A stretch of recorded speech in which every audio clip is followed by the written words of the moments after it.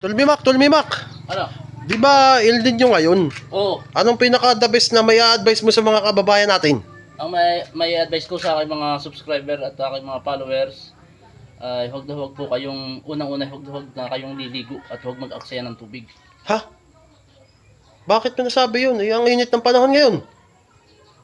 Huwag na huwag liligo, lalo na kung walang tubig. Ay, paano makakaligo? Walang tubig. Wala nga.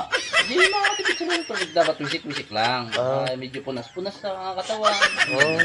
Para medyo makatipid sa tubig. Hindi baling mamaho, basta huwag liligo ng walang tubig. Okay? Okay. Ang ganda naman ang advice mo, Tol. Oo naman. Talagang may mapapakinabangan talaga yung mga followers mo at saka subscribers sa yung sinabing ano. Napupulot silang aral. Di paano? Naligo ka na ba? Hindi. Isang linggo na. Good job. Yun. Kaya pala, ang baho mo. I mean,